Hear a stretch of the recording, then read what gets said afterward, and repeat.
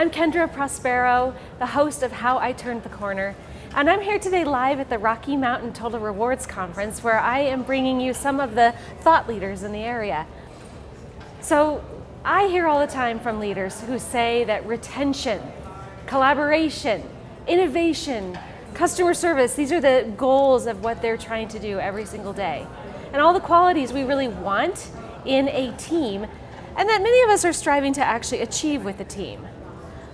That's why we put so much effort into it. But can you imagine that if every day you had to recreate that with a new team? Well, that's exactly what happens at Frontier Airlines. Every day, a new group of people come together to get us to our destination. How do they do it? How do they create this environment where on a daily basis, a team will be together, unsupervised, and get it done? Well, I'm thrilled today to bring in Steve Schuller, who has the immense responsibility of making this happen as the Vice President of Human Resources for Frontier Airlines. With a career dedicated to HR leadership in the airline industry, he has played a pivotal role in guiding Frontier through rapid growth while maintaining a focus on people and culture. Steve, welcome to How I Turned the Corner. Great. Kendra, thank you for having me. Absolutely. It's great to have this conversation. I agree. So tell us a little bit about your background and how you got into the airline industry. Absolutely. Yeah, so I kind of grew up in the hospitality, travel, tourism space, right? Went to school for it, and then started my career with hotels and restaurants back then. I grew up in the restaurant business. Okay. Start there. My father would be upset if I didn't mention I grew up in his restaurant. And then from there, parlayed it into retail. Head of stores training for JCPenney, 140,000 associates. Then made a switch over to healthcare, why not? And then moved over to where I am today, which is over in the aviation space. So it is a fascinating journey, but each of my steps has been in kind of the customer-focused space, right? So that's kind of where I think I love to play with my talents, right? Yeah. So how are you doing this then at Frontier? I mean, it is when we talked, and you mentioned that, I thought that is something I've never considered before. The challenge of creating a new team every day. So what are some of the things that you have done to ensure that it at least has a higher probability of succeeding? Yeah, no, you don't really think about it, but the crew that flies your plane, the pilots, the flight attendants, may have just met half an hour before we get on the plane, right? Obviously well trained, that's not a question, but they may not know who they're working with. You know, all airlines have bases, and so they may or may not work with those folks from their base, but we may just mix things up depending on IROPS, weather, mechanical. It could come from another base. So there's not a lot of chance to get to know your crewmates before you actually start the flight. Yeah. So it is a challenge that we face each and every day, each and every flight. And so one of the things that we want to do, it really starts well upstream, right? It is making sure that we're hiring the right individuals. So we go through a series of assessments for everyone that joins Team Frontier to make sure that we're hiring the folks that really kind of get it. You and I talked briefly about kind of hire for smile and train the rest, right? And obviously a lot of training goes into our flight crews. But for me, it's the individuals that are really service-oriented. That's kind of mission one. And the rest of it will come along through our training protocols. So you hire the right individuals, and then you make sure that they understand what that North Star is, right? Because as you and I talked about, they're unsupervised, right? You've got 2 pilots, 4 or 5 flight attendants on one of our flights. There's no manager, no supervisor in the back of the plane. Nobody just guiding you along the way. Sitting at a desk, watching, everything going on. So it really is incumbent upon them to work cohesively as a team and self-manage what they do, right? Yeah. And so for us, it's about hiring the right people, getting them well trained for the role, but understanding their North Star. Right? For me, culture starts with that North Star. We figure out what is our mission as a company, what are we trying to create. For us, it's about creating a culture of caring. So everything that we do from a training perspective, hiring, training, benefits, the whole package is really aligned around that North Star for us. And when you kind of know your North Star, it's some days aspirational, right? We don't always achieve it, but we know at least where we're headed. And so when those decision points come on during the course of a flight, do I do this or do I do that? Our hope and our expectation is that they're going to choose the right path forward that's aligned with that North Star. And so for us, it's about making sure that we're taking care of the safety of the flight, mission critical number one, but also the passengers. There's 186 passengers that are with them, caring for them, making sure that they have a great experience, because that's what they're going to remember. Our flight attendants, for instance, they spend more time with our guests than any other workroom.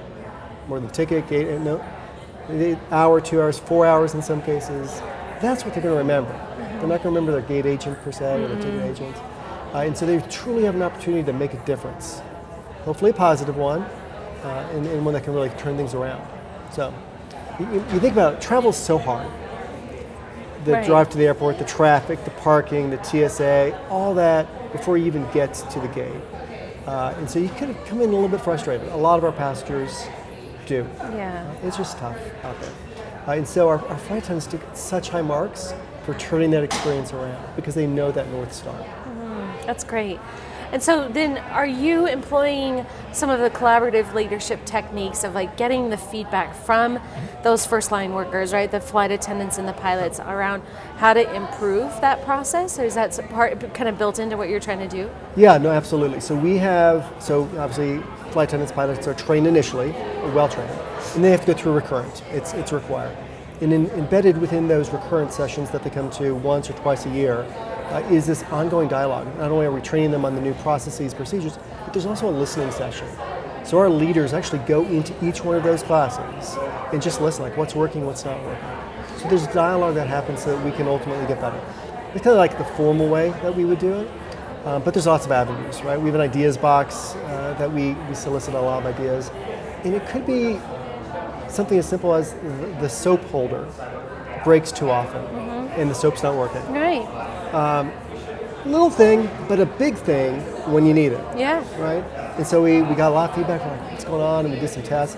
And yeah, we chose the wrong one, and we fixed it. So it's an ongoing dialogue, and if they care enough about the business, if they care about the passengers, they know that North Star, they'll give us the feedback.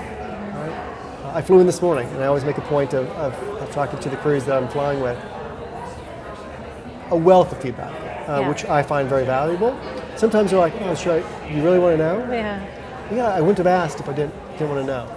I think every leader should be doing that with their business, big, small.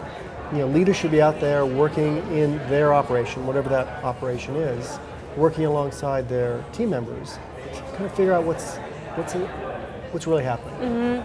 It's interesting you bring that up because that was what the last interview was about, actually. So we talked with Dana Griffin with the Habitat for Humanity, the local Habitat for Humanity, and her whole thing was around feedback and how they've built an infrastructure for actually getting the feedback and then doing something about it, which is not common in small businesses or in smaller organizations. And but I love it when I see the applicability between a large business like Frontier, big company, down to a smaller organization. We talked also briefly when we spoke about what are other things that you think we can learn from a big business? What can small businesses learn? We talked a little bit about the values. And so can you just describe a little bit more in depth around how you're hiring for these different values? Because you guys, a lot of small businesses are struggling to get applicants in. That's not an issue you have. Yours is getting through all of the applicants, right? Yeah, absolutely. And for our flight attendant role, for instance, we had 48,000 applications for about 1,400 roles last year. So that's a lot. 48,000 applications, that's a lot to go through. It is. It is a lot. So we rely on tools. We talked about kind of hiring the right individuals. We created an assessment that's really mapped to our best of the best flight attendants, for instance. And we've done that for every one of our key roles. We brought them in, we kind of calibrated it to make sure that the questions that we're asking and the scores that we're giving applicants align with the best of our best. So that's really helped weed through those 48,000, right? But even, that's at scale. Smaller organizations, kind of a version of that, right? Do our leaders in smaller businesses know their North Star, what they stand for as an organization? And are the individuals interviewing the prospective applicants, whether that's the leader or someone on their team, are they asking questions aligned around that North Star? So if service is important, make sure you're really digging deep into the service pieces of it. If integrity is important, figure out which are your key competencies that are critical, but even every business can be able to do that. I think so too. I think it's one of the things that has been a differentiator for my company is when I got very clear on what I really expected from my employees, and then we mapped that to values, and then we also pulled it through the interview process, the onboarding process, how we manage, how we fire, everything. It's been a game changer for me. And yet, more common I would say in small businesses, not as common and lived in big businesses though. I mean, I came from IBM, big business, and I don't want to disparage my former colleagues, and I don't mean to, but nobody lived the values that were on the wall. Yeah. We heckled them. We actually liked to walk up to me like, oh, look at that, there's innovation in action, with some bureaucratic, decision that had been made. So I think big business doesn't typically do that very well. And I'm happy to hear that it is working for you at Frontier, because that's amazing. I think one of the things that big business, small business need to be very purposeful about, even back to the ideas that you mentioned, why are we doing this? And connecting the dots. Because in a boardroom, they may know, well, we're implementing this program or process because of X, Y, or Z, whatever the values. They get it. Right. But I think we need to do a better job as businesses of explaining the whys behind it. Because we care, in our vernacular, we're doing this. We're implementing maternity benefits for our employees. That's an important driver for us. We got feedback from our employees. It was aligned with our core mission, our North Star. And we did it last year. And it's been hugely successful. But you have to be, don't expect that they're going to know why you're doing this. Yeah. And so kind of take some credit for the fact that you either listened to an idea, like in Dana's comment, hey, Sally recommended us do this, and now we're implementing this. Give Sally the credit. And it also creates this culture of we are actually listening and doing things that you suggest. Yeah. Well, I commend you for it, because it isn't common. So what are some other areas then you think that you can see the translation either direction? Like, what are some things that maybe you think small businesses doing well that could be adopted more widely by bigger businesses? Well, like what you referenced earlier, like the whole ecosphere of HR has to be aligned. The hiring process, the onboarding, the training, the communication, all that has to be very purposeful and integrated. Otherwise, it loses its impact. So, we created a competency model 7 years ago that kind of said, what do we expect of our leaders? And for us, we define leaders not only as a leader of people, but an individual can lead their function. So everyone has the same competency framework. And your performance appraisal at the end of the year, no surprise, it's going to be those 8 competencies. And you'll be rated against them. So they never go away. It's not just words on the wall. We actually try to bring them into everything that we do from an HR perspective. Your performance management process aligned against one of those, right? And so we use them as our guidepost. Okay. So get lost. Yeah. So I'm going to say this, and I think now that I'm going to say it out loud, I'm like, duh. But it's so unusual for small businesses to systematize those things. And duh, yeah, I get it.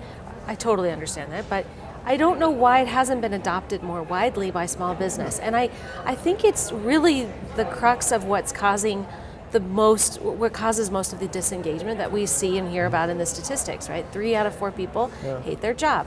Well, 3 out of 4 people, majority of people work for small businesses. When you systematize hiring, managing, training, promoting, you're going to do better as a business. Big business knows all this. You know this because you've had this enterprise experience. It's not happening though in small businesses. It takes time. Yeah, right? and resources. Time and resources. Yeah. And I reflect back on my time at a small startup. We only had 400 employees, so that's still medium size, so not small, but we didn't have the resources to do a lot of that. So part of it is having someone on the team, whether that's the leader, the owner of the business, kind of defines that North Star, and to the degree you can align everything around that North Star, great.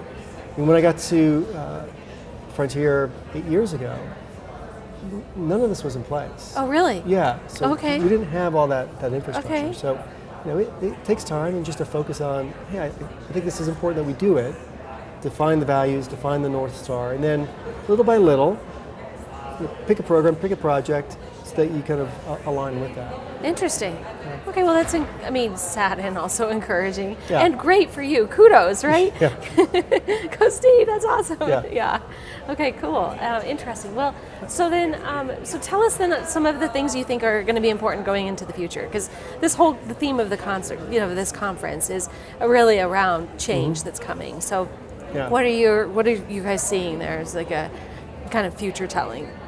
Yeah, so we are in a midst of change. So much on a daily, weekly, monthly, yearly basis. Like, okay, what's the latest thing that we as HR leaders need to be thinking about? I go back to that North Star. I hate to be repetitive, but it really defines the direction. Okay, if you think about it, it's the compass point on the map. that you know you're headed in that direction. And those winds of change will take you this way or that way just because you need to focus in on something else. But if you can quickly get back on course, I think that's really helped. So I think if businesses don't have that defined, what their North Star is, that's, I think, mission one. That helps so much to kind of keep the focus on where it needs to be focused, and despite what's happening in the world, kind of get them back on track. Now, what's coming from an HR perspective, I just left another conference where every other word was AI, so it wouldn't be an HR conference if we didn't talk a little bit about that. How it will impact HR, I think, will be dramatic, but depends on what infrastructure you already have. If you don't have a lot of HR technology, you probably won't see it. But back to the conversation we were just having about resources. I think it can help enable smaller businesses to fast forward that. If they think some of these HR infrastructure or resources are important, throw into AI. Right? I think it can really help. You don't need to bring a consultant in. You don't need to have a team dedicated to mapping all this. AI will come to a place where you can have it define a competency framework, have it define for you the interview questions aligned around that, have it help you create. I mean, it's a great content creation piece. And there are a lot of free resources out there. You don't need to hire consultancies. Yeah. So I think it would work for small businesses. Yeah, it's not working right now. No. And especially in our space. So my experience with AI is it's actually ruining the job hunt. It's ruining the possibility of getting in good candidates. It's not helping. And I'm a technologist, like I was a software engineer. So I say this with a love of technology. Yeah. AI is ruining. Where do you see it's getting in the way? I see it, so job seekers are using AI to create a resume that aligns with what's probably an AI generated job advertisement. Okay. And then the infrastructure makes it so easy for them to quick apply. They don't really need to do the research to say, would I be a fit for Frontier? Unless there's some kind of criteria that's been set up ahead of time. So maybe a smaller business. And then on the other side, because it's so easy to quick apply, now you have a volume of resumes that have come in that is, there's no way one person can go through all of them. So then you're relying on AI to do the analysis on what's an AI generated resume. So it's like just like, bleh. So what takes people out of the equation. Takes people out of the equation. We're all doomed. Yes, No. and it results is that there's no good candidates because of the whole process sort of not really supporting good candidacy. So we're actually seeing a bigger need than ever for recruiters because recruiters will go hunt. Recruiters will go paw through all those resumes and those applications. I mean, I'm saying this very self-serving. I'm sorry, like we do recruiting, so I know it's one of the things that we do, but I know the value of what my team will do because they are literally making the phone calls saying, hey, I see what you do. You've got this great background. I think you might really enjoy working for this other company. The conversation and the human interaction's happening. And so it's increasing that. Yeah, and I think you're probably right. There's a balance that you need to strike between the human element and the people business, right? Yeah. You can't forget about that piece.